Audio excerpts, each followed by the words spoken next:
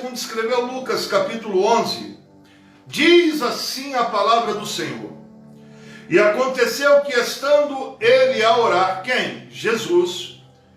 E aconteceu que, estando ele a orar num certo lugar, quando acabou, lhe disse um dos seus discípulos: Senhor, ensina-nos a orar, como também João ensinou aos seus discípulos.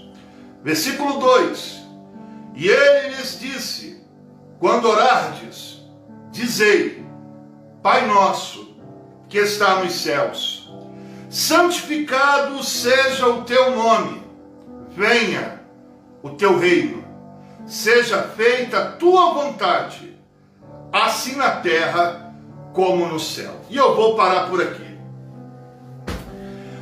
Aleluia, louvado seja o nome do Senhor por cada uma das vidas que estão ligadinhas nessa live. Que Deus abençoe sua vida e que se cumpra na sua vida Lucas 24:45. Sempre que você for ler a Bíblia, dobre os joelhos e peça a Deus para que Ele abra o seu entendimento.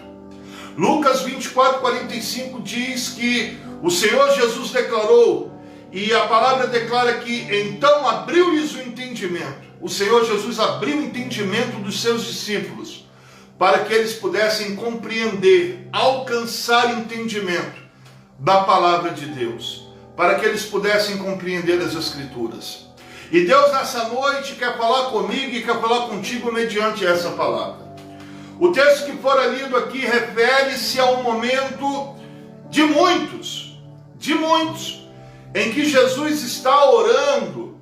Ele está ali no seu particular com o Pai.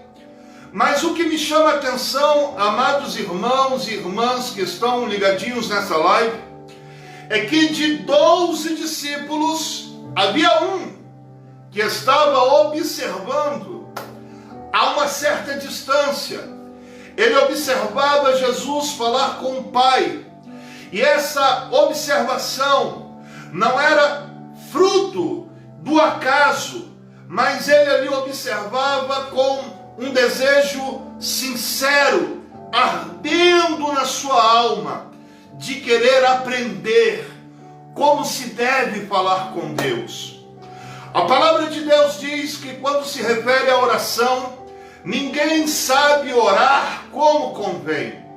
E graças ao Espírito Santo, que sabendo das nossas fraquezas, sabendo que não sabemos orar como convém, o Espírito Santo intercede por nós com gemidos inexprimíveis.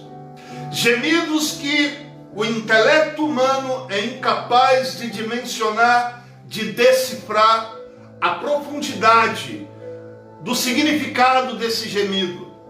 Mas são gemidos inexprimíveis que somente o coração do Pai é capaz de decifrar. Somente o Pai é capaz de compreender. Somente o Pai é capaz de entender. O Pai, o Filho e o Espírito Santo, nesta triunidade, falam e pensam o mesmo idioma a nosso respeito. E o Espírito Santo, nesse exato momento, enquanto eu estou falando, ele está intercedendo pela minha vida. Nesse momento, enquanto você me escuta, enquanto você para me ouvir, o Espírito Santo está intercedendo por você, com gemidos inexprimíveis, porque o Espírito Santo conhece você. O Espírito Santo sabe aonde dói. O Espírito Santo sabe e entende aquilo que as tuas palavras não conseguem expressar. Mas voltando ao texto que for aqui lido, de 12 discípulos, um está observando, e ele tem um desejo que lhe queima a alma, e ele espera.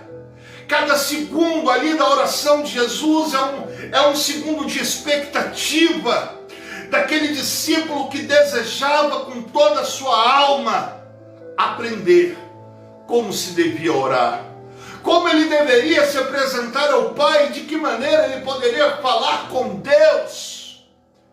Até porque os judeus estavam muito acostumados a que o sacerdote levasse a Deus a causa do povo. Então, Jesus vira para aqueles discípulos, para aquele discípulo, e o discípulo vira para Jesus quando Jesus termina a sua oração, e o discípulo pede: Senhor, ensina-nos a orar. Amados, eu quero te dizer da parte de Deus nessa noite, precisamos desenvolver dentro de nós esse desejo de falar com Deus. Precisamos desenvolver dentro de nós esse calor que incendeia a alma e que nos impulsiona a buscar a face de Deus. Porque foi justamente esse desejo, foi justamente esse calor, essa chama do Espírito que fez com que esse discípulo fosse até Jesus e falasse com ele: Senhor, nos ensina a orar. É importante que você entenda que o papel do sacerdote é interceder por você.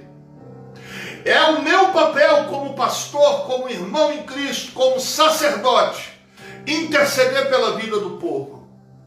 Mas o pedido desse discípulo transpõe essa minha responsabilidade.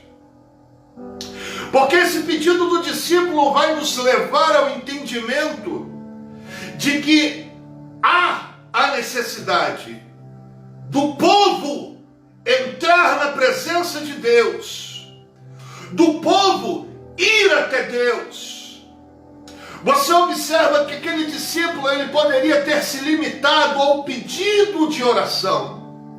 Ele poderia chegar para Jesus e falar: Senhor, quando o Senhor for lá orar, ore por mim. Ele poderia, e não seria pecado nisso. E com certeza Jesus oraria por ele. Como eu tenho convicção de que naquele momento Jesus, sim, eu não acredito que Jesus não tenha apresentado os seus discípulos em oração. Por mais que o texto bíblico não descreva o que foi falado com o Pai naquela oração. Mas é natural pensarmos que Jesus orou pelos seus discípulos. Era constante a necessidade dos discípulos na oração de Jesus. Mas esse discípulo agora chega para Jesus e não pede. É isso que torna o texto tão belo. É que o discípulo não vira para Jesus e fala: Senhor, ora por mim. Mas o pedido dele é de quem quer transpor barreiras. Ele quer ter essa intimidade com o Pai. Ele quer falar com Deus. Mas ele não sabe como expressar o que ele precisa, o que ele sente. E aí ele vira para Jesus e diz: Senhor, ensina-nos a orar. Ensina-nos a conversar com o Pai. Porque na minha alma há um desejo que queima. Eu estou aqui, amados, em trocadilhos de palavra, ilustrando no aspecto emocional esse texto. Porque esse discípulo, ele não faz apenas um pedido, mas você sente. Se você tiver isso aqui de sensibilidade, você vai sentir no texto, no pedido que ele faz, o desejo sincero de estar em comunhão com Deus, de falar com Deus. E a preocupação dele é que ele não sabe como. Ele precisa ser ensinado, ele precisa de ajuda. E ele vai até Jesus e pede: ensina-nos a orar. Muitas vezes Deus quer ouvir a tua voz. Muitas vezes Deus está esperando ouvir o teu clamor.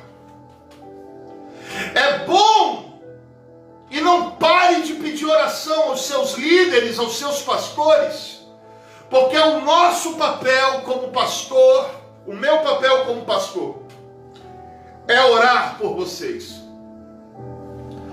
Mas não se torne independente das minhas orações. Crie em você o hábito de orar. Entre você no seu quarto e feche a porta. E fale com o Pai que te vê em secreto. Deus quer ouvir a tua voz. Eu sei que Cantares de Salomão é uma carta romântica que retrata o relacionamento dele com a Sulamita, mas utilizando-se de linguagens dessa carta, dessa declaração de amor, eu quero aqui extrair uma pequena palavra que está lá em Cantares capítulo 2, quando ali o texto diz, o amado declarando para a amada, e ele diz: pomba minha, que andas pelas fendas dos penhascos, no oculto das ladeiras escarpadas, faze-me ouvir a tua voz. Entenda, o amado está dizendo para a amada, trazendo isso no campo figurado da linguagem, usando como símbolo, retratando o relacionamento de Cristo com a igreja, Cristo sendo o amado, a igreja sendo a amada. O amado vira para a amada e diz: pomba minha, que andas pelas fendas dos penhascos, no oculto das ladeiras escarpadas, faze-me ouvir a tua voz, mostra-me a tua face, porque a tua voz é doce e a tua face é aprazível. Deus quer ouvir a tua voz, querido. Deus quer ouvir a tua voz, minha amada irmã, meu amado irmão. Deus sabe, entenda isso. Deus sabe que você precisa, que você está às vezes até sufocado de tantos os problemas que lhe vêm sobre a sua vida, mas Deus quer ouvir a sua voz. Você tem conversado com Deus? Você tem conversado com Deus? Ou você estagnou, ou você se paralisou no pedido de oração que você fez, na expectativa que você criou, porque alguém vai orar por você, e enquanto isso, o Senhor está na expectativa de ouvir sua voz. Enquanto isso, Deus está dizendo para a sua igreja: pomba minha, que andas pelas fendas dos penhascos, no oculto das ladeiras escarpadas, mostra-me a tua face e faze-me ouvir a tua voz, porque a tua voz é doce. A tua voz é doce aos ouvidos de Deus. A tua face é aprazível para Deus. O que Deus mais deseja é ouvir a sua voz no seu quarto em oração. O que Deus mais deseja é poder estar em uma sintonia contigo naquele momento que você entrou no quarto, fechou a porta e foi falar com Deus. E aqui vem os aprendizados, porque diante do pedido desse discípulo, na mesma hora, mestre, ensina-nos a orar. Na mesma hora, Jesus, é agora. Versículo 2, e ele lhes disse: quando orardes, dizei: Pai nosso, que está nos céus.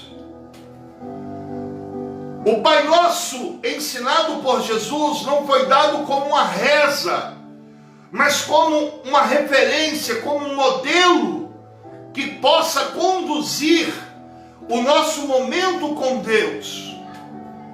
Você não precisa se limitar a repetir o Pai Nosso, mas use o Pai Nosso como referência para você entrar na presença de Deus, trazendo ao entendimento que o nosso Deus e Pai, aquele que habita no céu, é digno de ser adorado, é digno de ser engrandecido, é digno de ser santificado.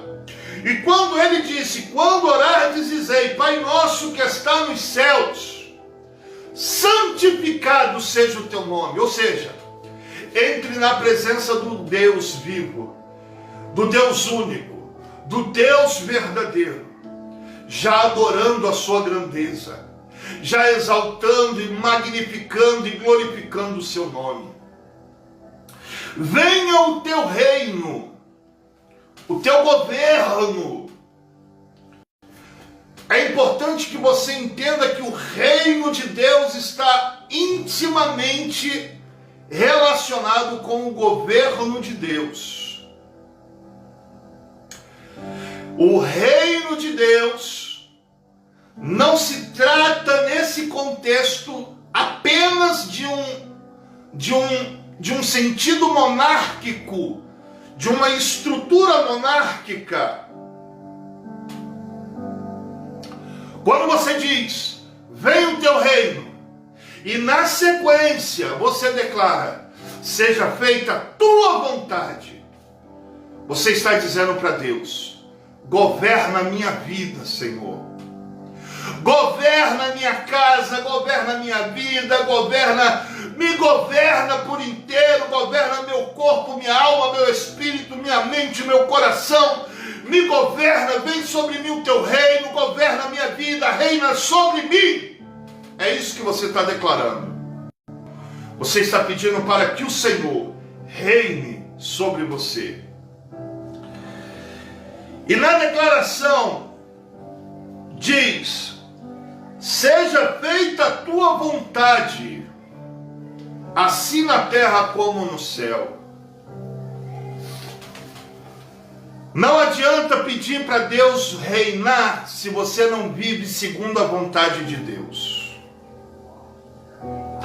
Não adianta, irmão, é perda de tempo. Porque o reino de Deus é o seu governo.